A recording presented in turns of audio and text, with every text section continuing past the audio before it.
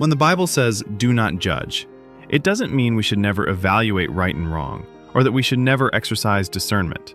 What it forbids is placing yourself in God's seat, concluding someone's fate or declaring a final judgment, like in court, based on your limited perspective.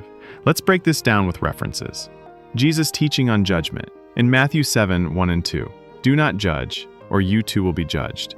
Here, Jesus warns against a condemning spirit that assumes the role of God, deciding someone's worth or punishment, saying, "You are sick because you don't attend church," is exactly the kind of judgment he warns about.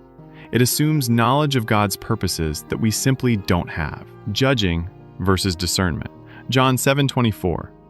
"Stop judging by mere appearances, but instead judge correctly."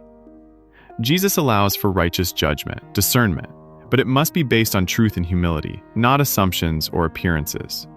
For example, we may say, "Neglecting fellowship isn't good for your faith," Hebrews 10:25.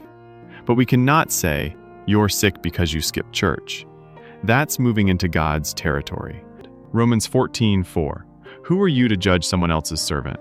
To their own master's servants stand or fall, and they will stand, for the Lord is able to make them stand."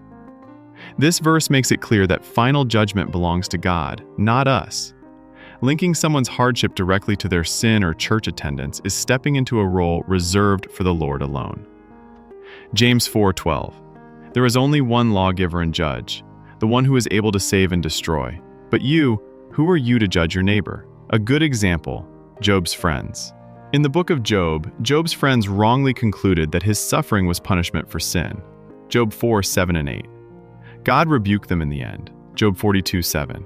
Showing us that assuming a direct link between someone's suffering and their spiritual life is bad judgment. So in short, do not judge means do not pass final verdicts on others as though you know God's reasoning, especially linking hardships to hidden sins, like church attendance, sickness. Instead, we're called to exercise loving discernment, encourage holiness, and leave ultimate judgment to God.